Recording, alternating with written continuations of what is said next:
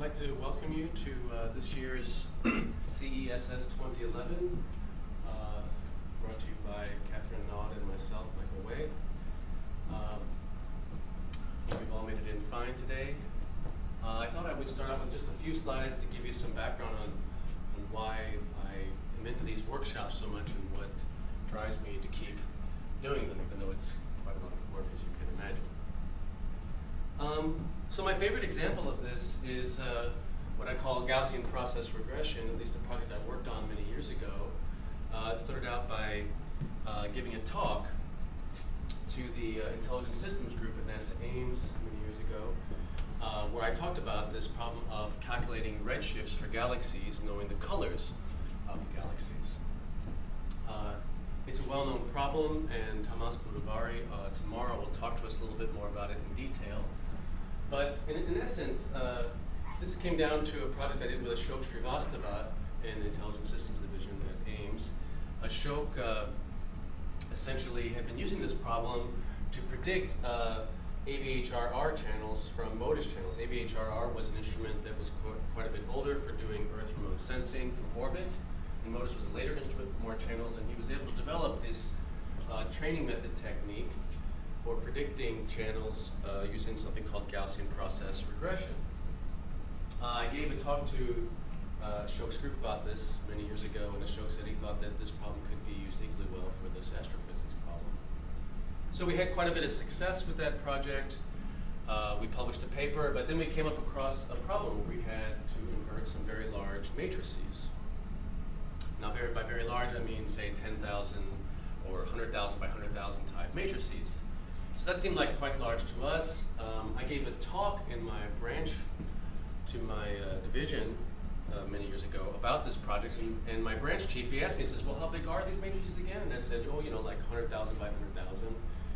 And he said, well, that's nothing. In quantum chemistry, we have gigantic matrices so big they don't even fit on disk, billion by billion type matrices. We said, wow, okay, wow, all right, so we should use some of those methods. So he gave us his method to try out. We tried to get it to work for our matrices, but we couldn't get it to work. We couldn't invert these very large covariance matrices, which were a byproduct of this Gaussian process regression. Well, it turned out that these quantum chemist matrices are very big, but they're extremely sparse. We have the completely opposite problem. Our matrices are absolutely not sparse. So we had this problem. So we also have a collaboration with some people at San Jose State in the mathematics department. And I gave a talk there on this problem and mentioned that we had this problem inverting matrices. Well, they had some linear algebra people there that were quite talented, and they decided to do a project with some students, which is often done, where they come to us at NASA and ask us if we can dream up projects for them to work on with us, and this was a perfect project, they said. So this is a group that I hadn't known much about beforehand, and I wouldn't say is world famous anyway, but they did a fantastic job of inverting these matrices for us, and it ended up pushing the method to the next level and making it incredibly useful for predicting these photometric redshifts. So my point of bringing up this story is that these kind of collaborations, these kind of local collaborations between different types of domains are potentially very fruitful. And all of us work in institutes where there are computer scientists nearby, or earth scientists, or space scientists.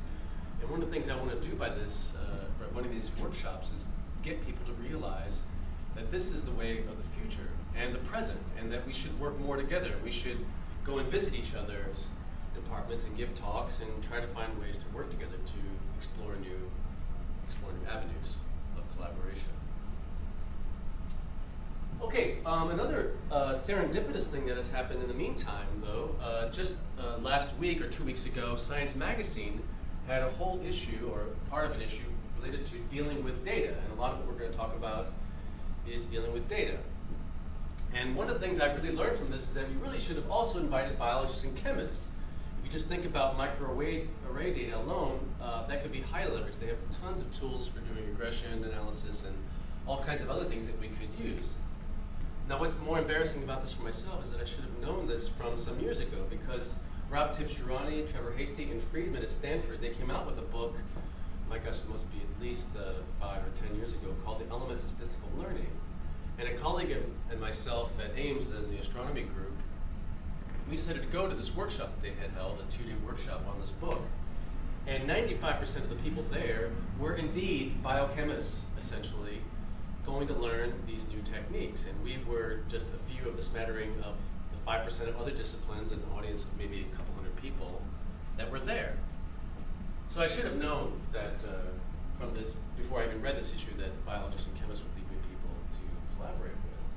What I did not learn, of course, is that we all have data challenges in all different fields. I mean, computational challenges, storage challenges. They talk quite a bit about data standard issues. Visualization, how do we do visualization? Climate science, genomic data, ecology, etc. And they also reference this, this famous book, which you can download as a PDF from Microsoft, called The Fourth Paradigm, where many of these things were also discussed. I can highly recommend reading some of those contributions in The Fourth Paradigm.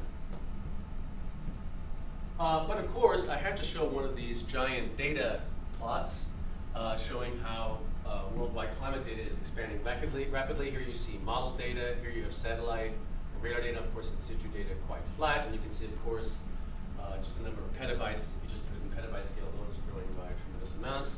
That won't surprise anybody here, of course. Here's another example of microprocessor speed versus compact hard disk storage capacity, and then of course sequencing. And you can see, of course, the sequencing is going beyond the abilities of storage and microprocessors to keep up. That again shouldn't surprise too many of us.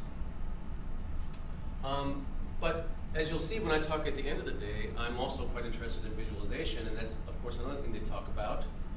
And one quote in particular in this article caught my attention, where they say the creation of visualizations for complex data remains more of an art form than an easily conducted practice. And I think many of us would agree with that. Of course, people have tried to rectify this sometimes, even with what we would call inexpensive solutions. They show one of those here. This is projecting a result of different associations onto a large screen. So they use a projector like we're using here, but a much, much larger projector to project what's going on in their particular sophisticated data set. So it'd be much higher resolution than the typical display that we have here. But of course, it'd be much cheaper than, say, custom-built visualization systems like NASA Ames Hyperwall. So this is a 7x7 display wall, which I'll talk just a little bit more about at the end of the day when I talk about viewpoints. That's a custom-built system. Okay, it didn't cost a fortune, under $100,000, but still quite expensive.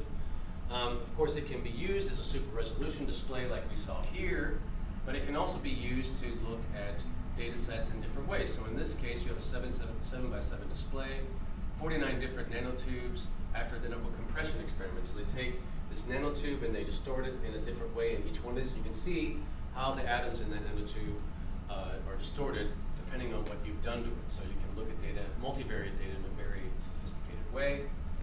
Here's another one. This is from the San Francisco Bay Area. You can see that in black here. So they have sums of different channels above the diagonal and differences below the diagonal. Again, you can pick out different features in your data set that could be quite interesting.